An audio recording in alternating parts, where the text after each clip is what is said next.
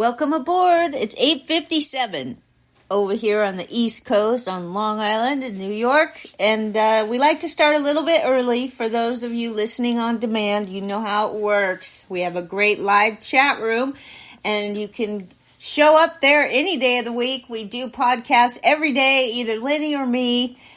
9 a.m. live chat room, Lenny Melnick, fantasysports.com/live. If you have trouble signing up, go ahead and reach out to either myself or Lenny, and we will get you approved immediately.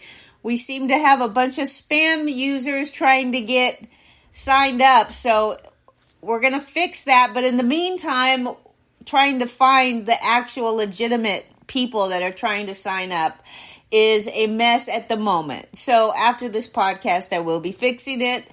And we're just waiting for the sound to come through live to our chat room. We love hanging out with fellow baseballers. And you can catch us, as I said, 9 a.m. any day of the week. We're here 365 days a year, including Christmas. Right, Leonard? Yes, ma'am. Yes, ma'am. All right, so as soon as the sound comes through, we will get started. We have a lot to talk about today, which sounds odd, I know, because really the only thing that's happened is Lucas Giolito, but we have a lot to talk about still. Also, on Wednesday nights, you can catch the Happy Hour Social Club at 7:30. They have a great following, a great live chat room as well over on Twitch, but anyway, I see the sound is good. I'm going to go ahead and tell the chat room and say hi to everybody, and we'll get going. Hello to Chris from Cambridge. Whose lucky birthday is it today? Eddie Heckman, great to see you. I know you're on vacation with your family. Say hello to Teresa and the rest of the clan, Danny and Penny Fuller. We have George Hubschman. Hey, George, I heard you got a cell phone finally. I see the boys were teasing you on Facebook, which is fun and wonderful. And we have the great King Turd, Mal Palentina. Great to see you all the way over there. The waves yesterday on the West Coast, my goodness, 18 feet waves all over the West Coast. And luckily, Mal Palentina, they're doing good. So, Turd, Boston Paul is here. Good morning to Boston Paul and Diana. Chris Gallo, Chris and Debbie Gallo, wonderful to see you. And let's just go ahead and get started talking some fantasy baseball. Now, all I would like to point out, according to Bob Nightingale, that the White Sox did sign Chris Flexen to a one-year contract, $1.7 million guarantee. Now, I'm going to leave the Chris Flexen talk to Lenny because he seems to have a crush on this guy, and I don't know why, but it's all good, okay? The big news of the day yesterday is that the Red Sox finally did sign a pitcher, Lucas Giolito, 2 years, $38.5 million contract. He struggled bigly last year. I read over some of the comments in the chat room. You guys are great coming in here and posting updates when stuff happens. Malpal says Giolito may be one of the worst signings in MLB history. I guess if you don't take into consideration the amount of money that is being spent on these guys lately. I mean, Ohtani and Yamamoto, they changed the way we pay players, so we'll see about that. George says the Jason Hayward 8-year, $187 million deal with the Cubbies was pretty god-awful as well. And George also points out that Giolito will be a member of his defending champion AL-only league. That is the chat room league that we started, the Keeper League. Leonard Donaldson, great to see you. Who else? Fuller.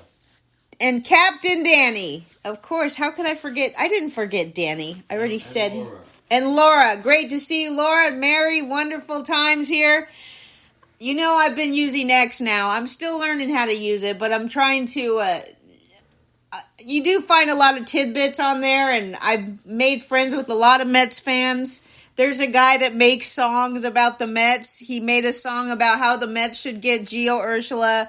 He also made a song about Francisco Alvarez. He's got like 10 songs. They're pretty funny, and I just I really enjoy all the Mets fandom over there. And here's the thing. The Mets better start doing something. I know a lot of Mets fans were like, oh, Giolito's gone. But I will say that I think that it's a blessing in disguise not getting Giolito. And we're definitely going to talk about Giolito and what he may or may not have to offer for your fantasy team. We're also going to go through a couple of the best strange but trues that Jason Stark writes about every year. He puts out a whole column, a couple of them actually. There's like 3 this year.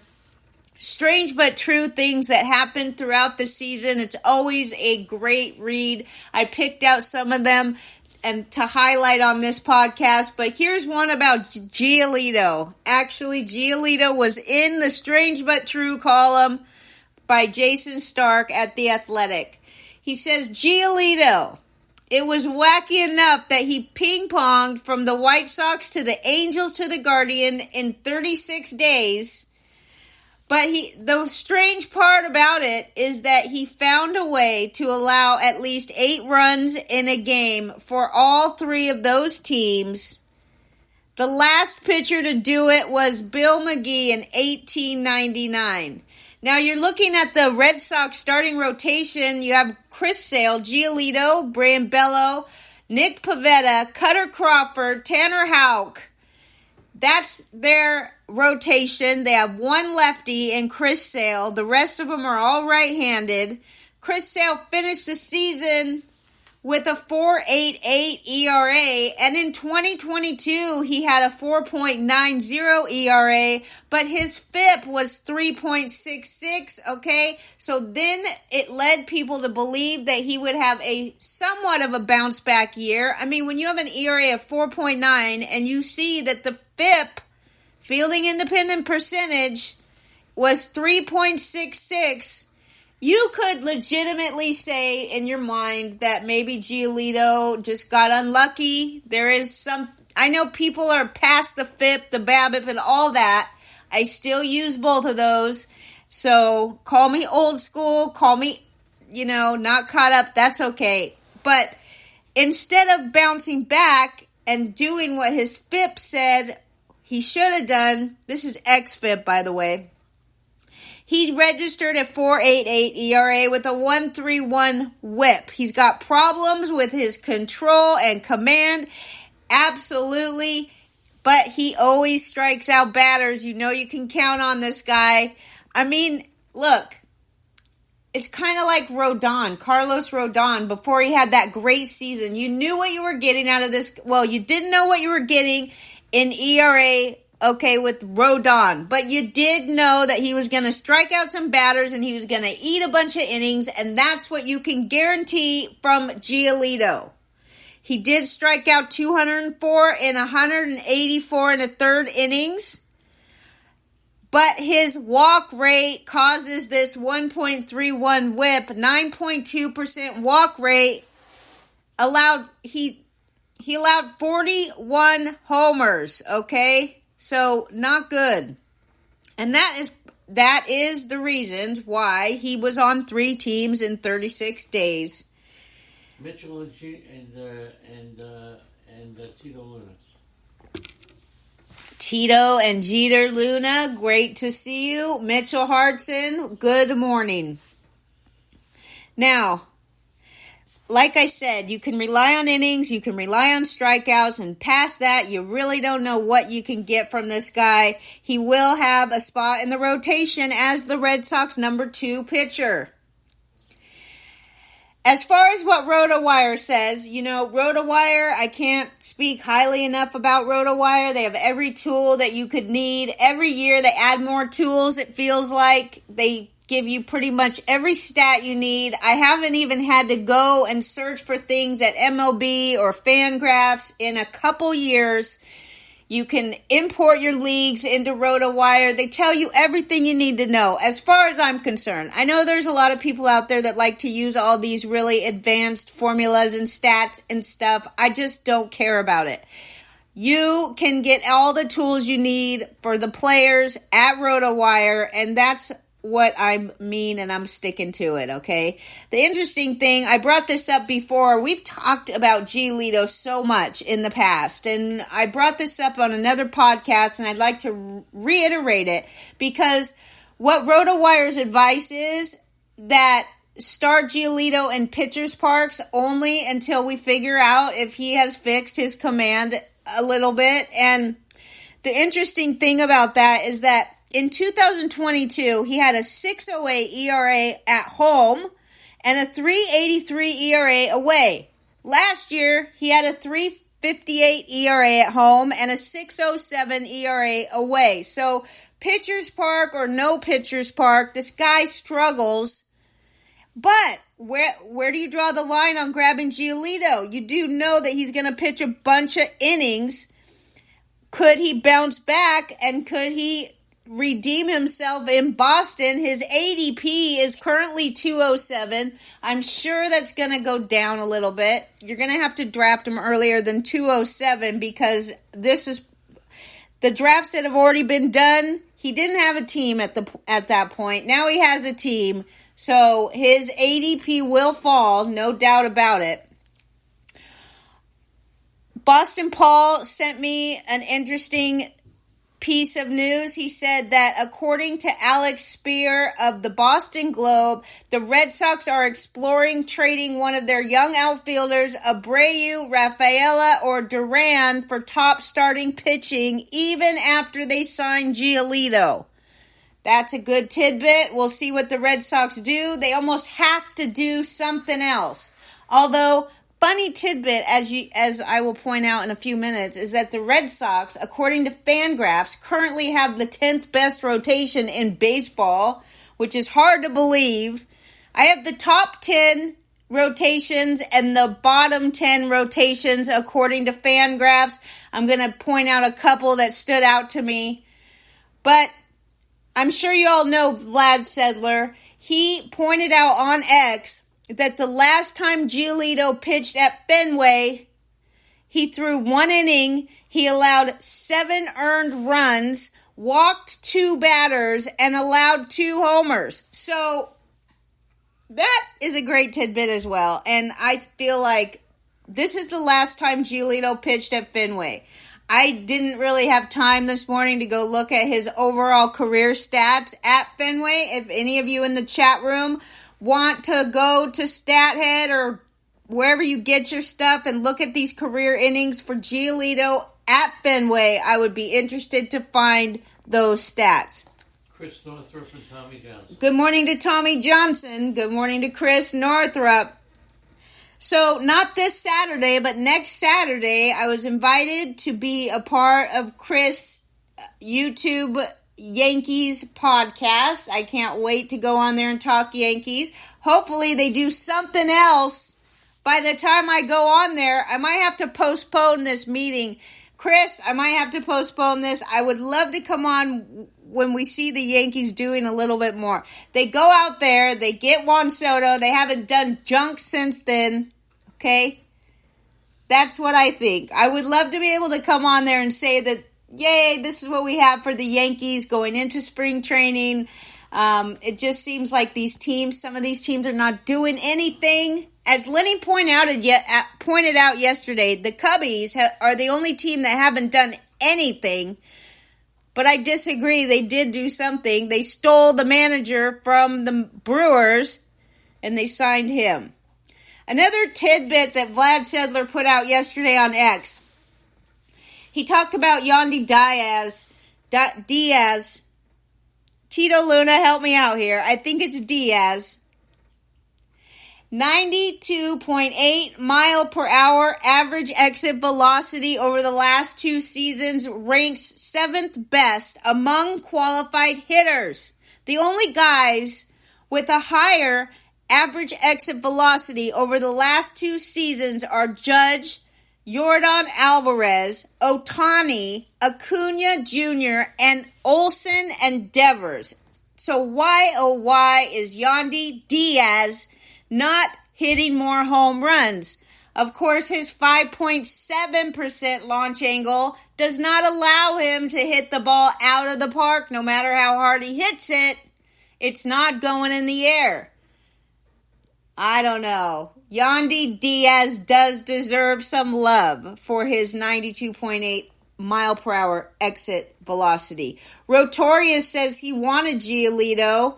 I don't know why, but okay. Happy birthday to AJ Pierzynski. Who's here? Mitchell, great to see you. Guest Bob. Oh, that's Chris. Come on whenever you want. Okay, thank you for the welcoming, and I will definitely look forward to coming on to the Yankees YouTube show with Chris, and I'll post the link here, and we'll all have a great day. Good morning to Jeter and Tito. Jumping aboard to Merrill. Great to see you. Amtrak in an hour, huh? Where you headed, Merrill? Love to know. All right. After missing out on top free agents, Ohtani and Yoshinobu Yamamoto, the Blue Jays have ramped up activity at the lower levels of the market. Okay, they grabbed Kevin Kiermaier, who we know is great defensively and still will get you a handful of stolen bases, 2 handfuls of stolen bases. 1-year deal with Kevin Kiermaier. Also, Isaiah Kiner-Falefa, 2-year deal. The reason I bring that up is because yesterday on ESPN, Enrique Rojas reported that the Blue Jays have taken the lead in the sweepstakes for the services of the right-handed pitcher Yariel Rodriguez. Lenny talked about Rodriguez on the podcast yesterday, but this kid did break out last year. He was in the bullpen, which is a key point to remember here. He broke out in the bullpen, 1.15 ERA with a 27.5% strikeout rate. So, for fantasy managers, this is not as attractive as a starting pitcher breaking out with those kind of numbers. I mean, that's unheard of, really, right? But I just want to reiterate, yes, he's very highly, what's the word I'm looking for? People are looking at him hard right now. Teams want this guy. He did break out last year, but it was from the bullpen. Now, here's the thing. Like I said, I have the top 2024 starting rotations according to Fangraphs. I have the top 10 and the bottom 10. Now, if you have a favorite team and you want to know where your team currently falls, okay, with their starting rotation, go ahead and put it in the chat room. I will absolutely let you know if they are on the top or the bottom 10. But I can't say that I agree with all of these, but that's the fun of it, right? The Phillies are ranked the number 1 rotation so far for 2024. I agree with this one. They have Wheeler, Nola, Ranger Suarez, Taijuan Walker, Christopher Sanchez. Absolutely just the number 1, 2, those two. The 1-2 punch of Wheeler and Nola is the number 1, according to Fangraphs, and I do agree. Although, I know, before you say anything, Danny, the pesky Dodgers, how can you not think that the pesky Dodgers don't have the best rotation for 2024, even without Ohtani? Yankees, they want to know. The Yankees, let's see, and they're in the bottom, right? We know the Yankees are in the bottom.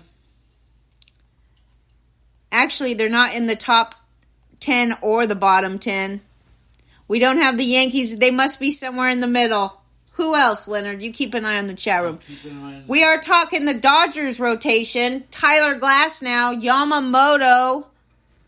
Those two in themselves, okay, are just they can't be ranked above the Phillies. Do you want to know why? Because you have 2 pitchers who absolutely will throw the innings, and they have experience pitching in the MLB. If you look at Glasnow and Yamamoto, the innings that they do pitch are excellent. We don't know for sure about Yamamoto, but there's a pretty good chance that he brings over at least a good chunk of that talent from Japan.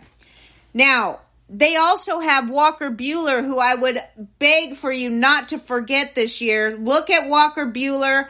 Pay attention to him.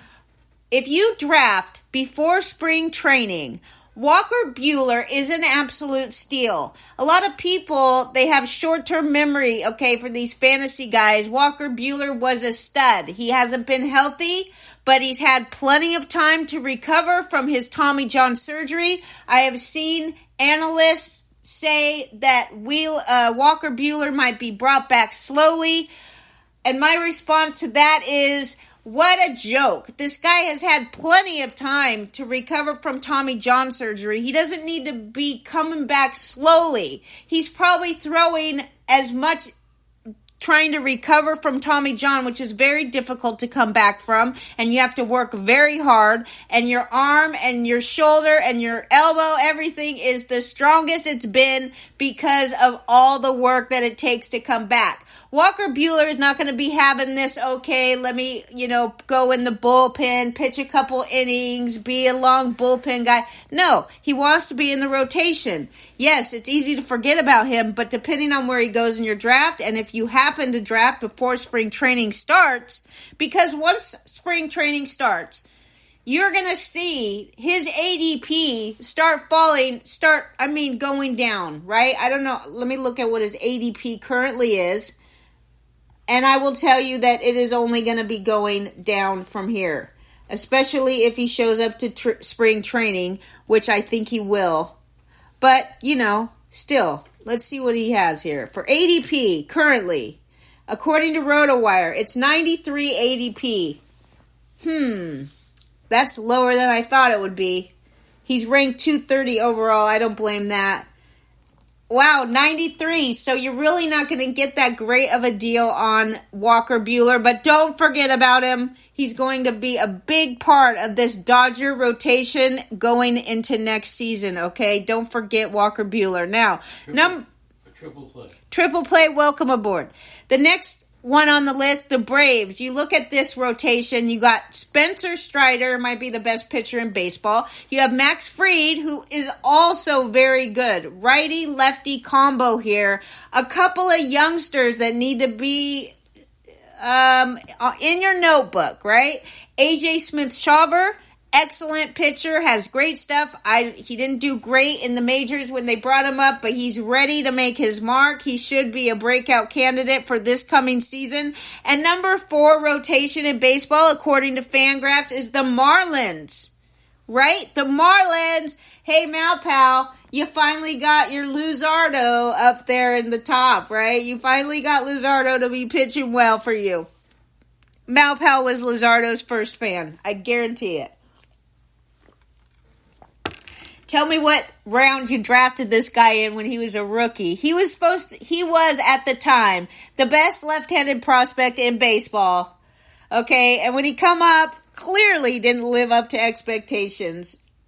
Not in Oakland, not in Miami, but now he is. He's doing good. You got Yuri Perez, who we all love, Jesus Luzardo, Braxton Garrett. Rogers is out right now, but he hopefully will be back. I'm just probably done with Rogers. They also have Alcantara, who is not going to be coming back all season, so you can mark Alcantara off every league draft. If it's a redraft league, they probably won't be using him this year. So, let's move on.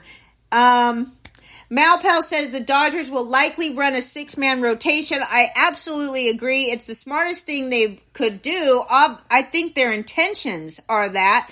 Absolutely. They have guys coming back from injury. They also have a couple of guys that never panned out in the rotation yet. But Dustin May, Tony Gonsolin, these guys are both hurt right now. They're coming back. Glass now cannot pitch more than 120 innings a season, but when he does, he's absolutely fantastic, okay? Glasnow is not to be overlooked either, but I bet his ADP is crazy, and I probably won't get to have him this year. All right, moving on to the next thing. I wanted to point out, especially since Eddie's here, number 25th starting rotation in baseball is the Orioles. Now, they did let Kyle Gibson go, which was so stupid, in my opinion, and now they only have Kyle Bradish. But I think Bradish is going to be decent. He's absolutely somebody that could be good next year. Grayson Rodriguez, very highly touted rookie last year. Okay, he started to get it together. Once he got sent back down to the minors, he came back and he was good. So, he's ready to have a great breakout season. I just found it interesting that they rank the Orioles beneath the Guardians, number 25th in baseball, so beneath a lot of teams. It's no surprise that the White Sox, right after the Baltimore Orioles, you have the worst 5 rotations in baseball, and none of them are surprising. It's the Pirates, the Nationals, the White Sox, the Oakland Athletics, and the Rockies sitting at number 30, okay? Also, I want to point out a little tidbit that I found on X. Hank Aaron, 1973, age 39, batted .301 with a .402 on-base percentage, hit 40 home runs, 96 RBI, 68 walks, and only 51 strikeouts. And of course, you have to say, Hank Aaron might have been the greatest hitter of all times. He did all that in 392 at-bats. That's 40 home runs and 96 RBIs in 392 at-bats. Age 39, that was worth it. All right, here we go. Our resident Baltimore Oriole fan agrees that the Orioles have the 25th worst starting rotation in baseball. That's what we do here. Okay, just a small thing about Bauer. He posted this on X. He says, scenario, a company has posted a job opening. You apply. The company rejects your application before the interview process, stating that your skill is not the reason for the rejection, but they don't think it would be good for public relations to be associated with you. You find this odd because you already trained some of their employees for free and the company is aware of it and totally fine with it. The same company then sends a representative who happens to be a friend of yours to ask you for background information on a candidate they're considering hiring for the position you applied for. The person they're considering hiring is also a friend of yours. On the one hand, you could provide the background information, thereby helping both of your friends. On the other hand, a company that refused to give you an interview is now seeking your help for free in multiple ways behind the scenes, and it doesn't sit well with you. What would you do? I have to immediately say these people don't want to be seen with you, but they want your help. Big middle finger to you, okay? So I'm interested in this stuff. Absolutely. There's a lot of talk about who he could be referring to. It's clearly him. Teams don't want him because they're telling him he's a PR nightmare. I get it. Okay? And I'm pretty sure, look, the people, he never said who they're talking about, but it's a good chance they're talking about Shota Imanaga. He's the 30-year-old free agent pitcher from Japan, the same team as Bauer pitched for last year. So it's probably somewhat safe to assume that it's Shota Imanaga. Okay, he's a 30-year-old lefty, a 2.80 ERA, a 105 WHIP last year. He struck out 174 batters in 148 innings. He throws a four-seam. It's a 92 to 94 mile an hour four-seam. He also has a slider, a curveball, a split-finger changeup. Eno Saris, one of the greatest pitching analysts around for fantasy, for sure, and maybe just in general. Stuff Plus is a thing that he uses, and he says that Imanaga has the best Stuff Plus at the 2023 World Baseball Classic. Now you have the idea he's going to be working in bigger parks, which is helpful because the main concern that Imanaga had is the fact that he gives up too many home runs. MLB ballparks are bigger, but he's also going to be facing better hitters. Again, this is an outlook written by the RotoWire website. It's absolutely worth it if you can afford to spend any money and you're serious about winning. I am not paid by this company, but I cannot recommend RotoWire enough. Lenny doesn't like me telling you people are best kept secret, but I think it's only the right thing to do. They put together a great product. Now, I love going through the comments. Of course, there's some very negative comments to Trevor Bauer, and there's some in Japanese. Luckily, Twitter X now has a great function that if you click on the post, it lets you translate. And so I took the time to translate what these Japanese people are saying about Bauer and compare it to what some of the fans say about Bauer here. Now, this Japanese guy says he thinks that it's Imanaga. He says that he should stay in Japan. All of these people that are Japanese, and they're writing on X as in response to what Trevor posted, they all want him to come back. They all want him to sign with Yokohama. They love Trevor Bauer in Japan. And one thing somebody said was, to be honest, teams are more worried about the MLB and Manfred because you made yourself MLB's number one enemy, calling them out and basically got yourself blacklisted. I totally agree with that.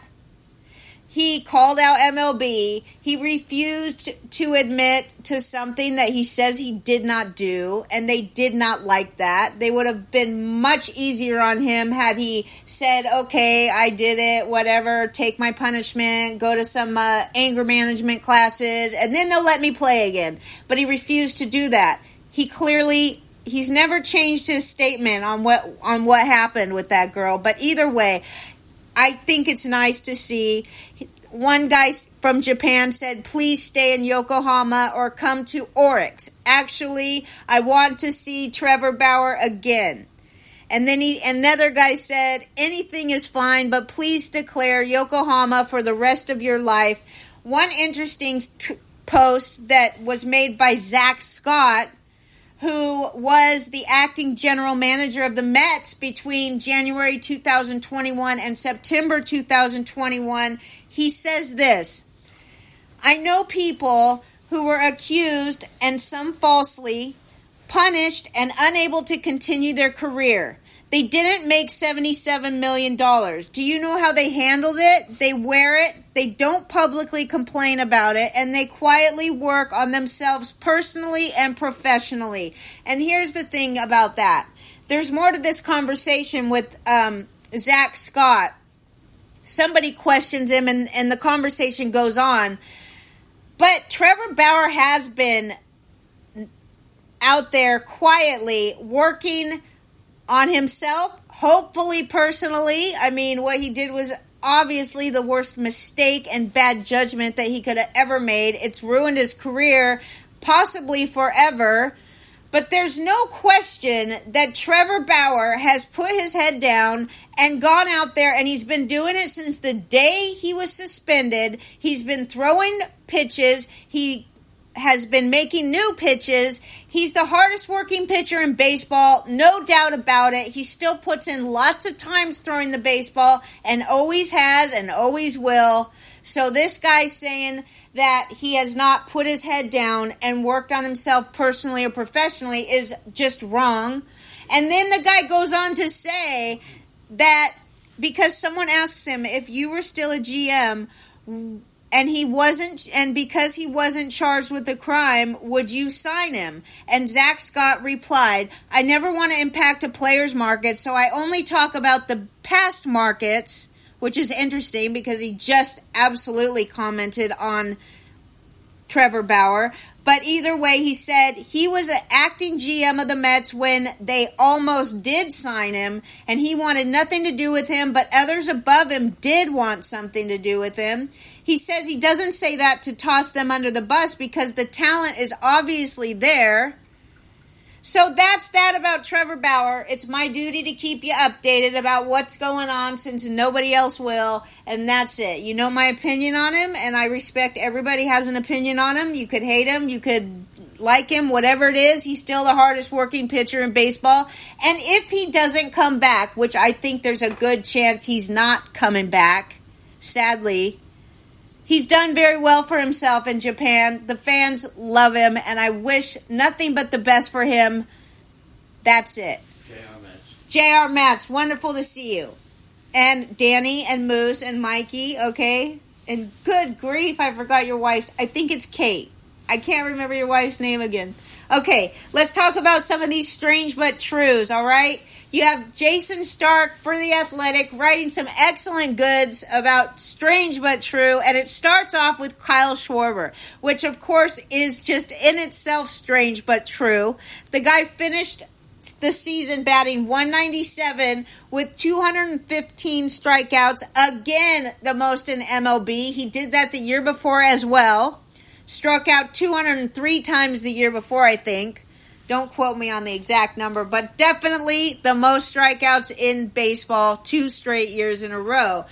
This guy's a leadoff hitter, though, okay? The most unique leadoff hitter in baseball, the first man in the modern era to roll up at least 500 leadoff plate appearances in a season in which his batting average never made it to the Mendoza line. Now, the Phillies moved Schwarber into the leadoff spot on June 2nd.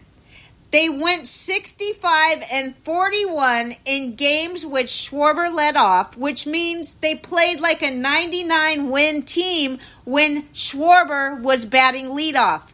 He led off 108 games. He got a hit 21 times.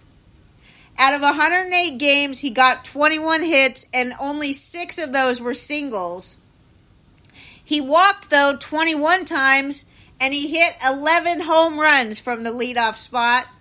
Now, his OPS leading off games was still 1.056, which is the highest leadoff spot OPS in the history of a franchise that has been around since 1883. He hit 47 homers, drove in 104 runs, scored 108 times, and walked 126 times, an OPS plus of 122, even though he only batted 197. That's the highest OPS plus in history by a qualifying hitter whose average started with a 1, okay? Now get this too.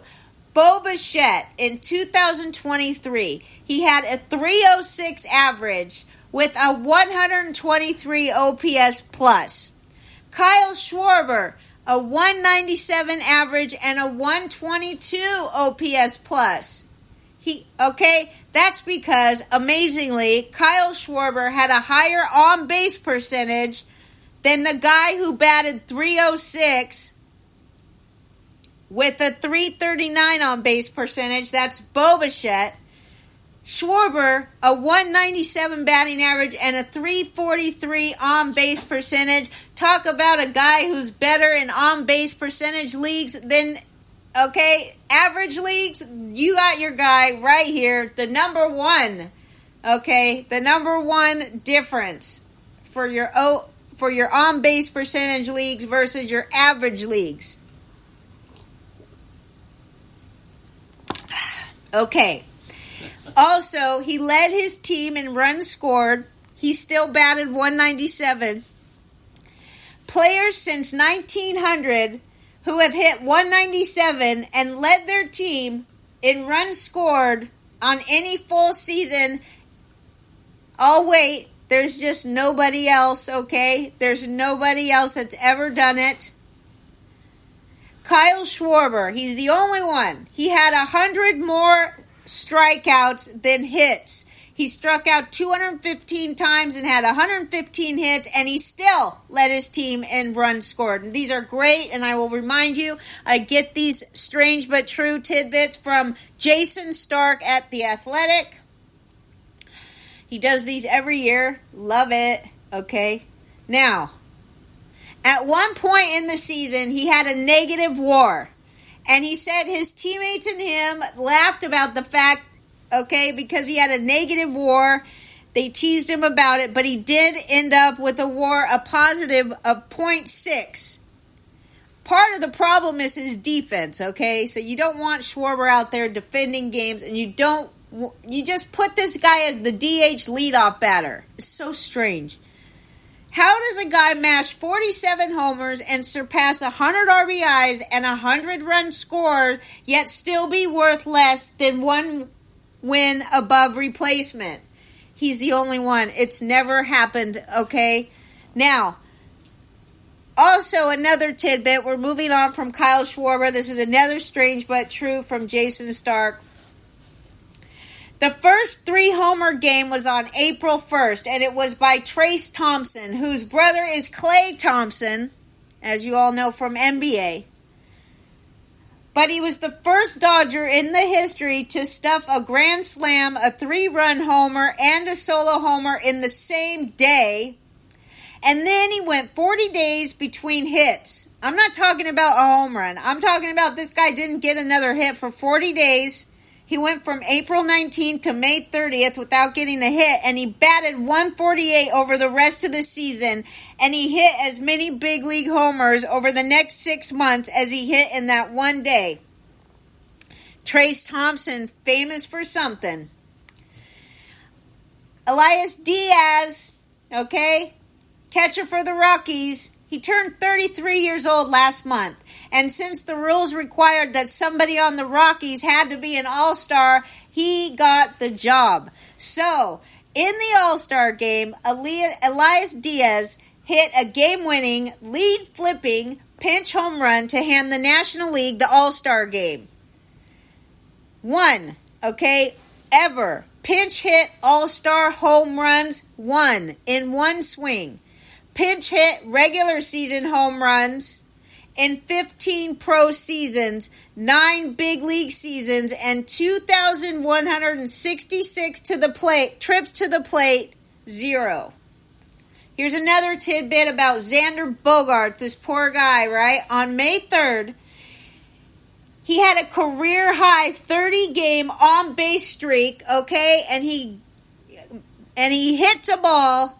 And Juan Soto did not see that the ball bounced. He thought that it was a fly ball caught.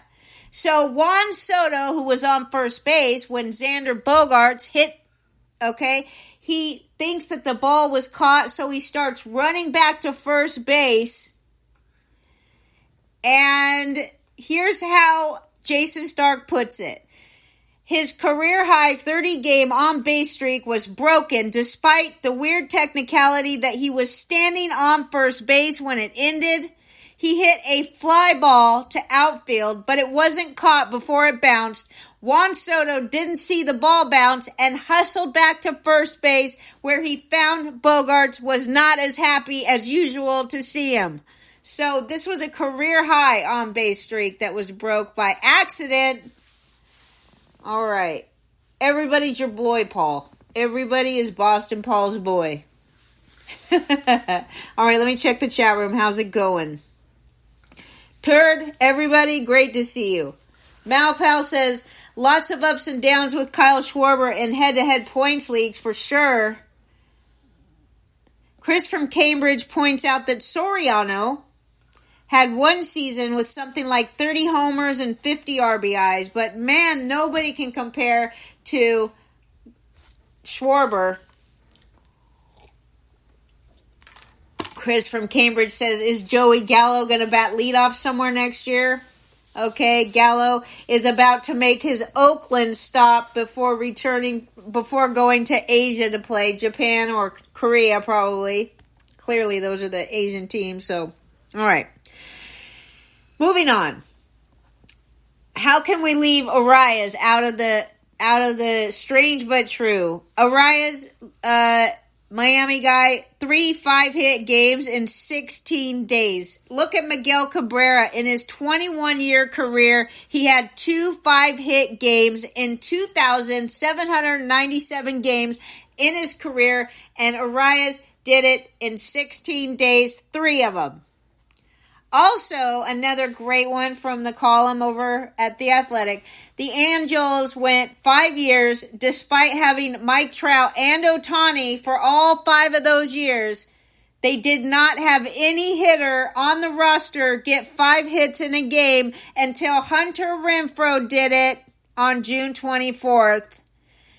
It was the first time for the Angels since 2018 that a hitter got 5 hits in a game, and that was Hunter Renfroe. Also, in the same game, and should probably deserve some credit too, in the same game, in the very next inning, Mickey Moniak got his 5th hit of the day, so the Angels did it twice in 5 years in 2 innings. Another great tidbit here. Are you guys having fun in the chat room? We have so much fun here on Saturday Fantasy Baseball. Yes, sir. Yan Gomes ranked 449th in MLB in sprint speed. He had 708 trips to the plate and no triples. So this guy is not quick. Yan Gomes, not quick at all. 449th in MLB in sprint speed. But on July 20th, at age 36, Yan Gomes did something that no other catcher his age had done in the past 95 years. He hit 2 triple, and they were in consecutive plate appearances. Speaking of quick speed, let's talk about Elly De La Cruz. All right, he's going to have some ups and downs, but you got to love Elly. I wonder what his ADP is. Let me go check this out. This is interesting. I should have looked this up before, but let's see what we could do here. Love that RotoWire allows you to type in the first name, okay, because De La Cruz is a nightmare. There's like probably 30 of them. Okay, let's see what his ADP is. 21st overall. Are you kidding me? You can't draft Elly 21st overall. Yes, you can. And people are doing it, obviously. Who am I to tell you you can't? The guy stole 35 bases, hit 13 homers, but he bat 235, and he's going to have some ups and downs. RotoWire says he's going to hit 263, 22 homers, 74 RBIs, 90 runs, and 43 freaking stolen bases. Okay, that is good. However, and there you go. Look, part of the reason Elly, I'm not going to go there. I'll have to do a little bit more investigating about Elly before I start talking about that stuff. But let me tell you what Jason Stark brought up in his Strange But True column. Elly, the fastest man in baseball, okay, he hit a baseball harder last year than any ball hit by Aaron Judge. It was 119.2 miles an hour exit velocity. So, yes, he hits the ball hard as hell too. Okay? He's not just the steal guy. Now, on June 23rd, he hit for the cycle in the 15th game of his career. A couple weeks later, on July 8th, he stole for the cycle by stealing second, third, and home in the same inning. You all remember that. The last Reds player to steal for the cycle, okay, J.R. Match, you're going to love this. It was Greasy Neal in 1919. And the last Red to even hit for the cycle was Eric Davis in 1989. So do Reds fans love Elly? Absolutely. The answer is yes. Now, this is interesting, too. This is a strange but true. Elly De La Cruz is the only player in the live ball era to do both of these things, hit for the cycle and steal for the cycle, 15 days apart or quicker. He's the only one in the live ball era. But there is a guy who did both in the same year. All right, it wasn't 15 days apart, but there is one other player to steal for the cycle and hit for the cycle in the same season, and his name is Will Myers. He did it in 2017, and the interesting thing, the strange thing, what have you, the Reds released Will Myers the same day that Elly stole for the cycle, okay? So that is interesting. The Reds released Will Myers the same day that Elly doing his thing. The Braves had a higher slugging percentage as a team than Bryce Harper, Rafael Devers, and Jose Ramirez had all by themselves. That is a great one. The Braves slugging percentage as a team last year, 501 as a team. Bryce Harper, 499. Rafael Devers, 500. And Jose Ramirez, 478. Okay, the best hitters in baseball did not have a higher slugging percentage than the Braves as a team. All right. I got to be done soon, but I have a couple more. Well, I'm not going to do Adam Wainwright, but there's, first of all, this time of year is a great time of year to be subscribed to The Athletic. They, it goes kind of up and down, but they do put out some good fantasy baseball stuff. They also put out some great articles, in-depth articles that you can't really get anywhere else. Jason Stark does a great job. So here I am advertising for The Athletic and RotoWire, but above and beyond anything is RotoWire. Okay, you go to RotoWire, they don't mess around, they don't tell you how to think, they just give you the straight up dirt on the players, and that's it. It's wonderful. The people that run it are wonderful, and I feel like it's my duty to let you know how to win your league. It's to get the tools of RotoWire and come to the podcast every day. Right, Leonard? And that's it. I have nothing else to say to you people except for have a great... This is the last Saturday baseball until the new year. 2024 will be upon us. What are we doing for New Year's, Leonard? We'll be here. We'll just be here. And we'll be sound asleep too. By midnight, guaranteed. Tomorrow, too. Okay. Everybody, thanks for coming. We love it. Lady in the See you Legend tomorrow. Lady in the Legend, 9 a.m.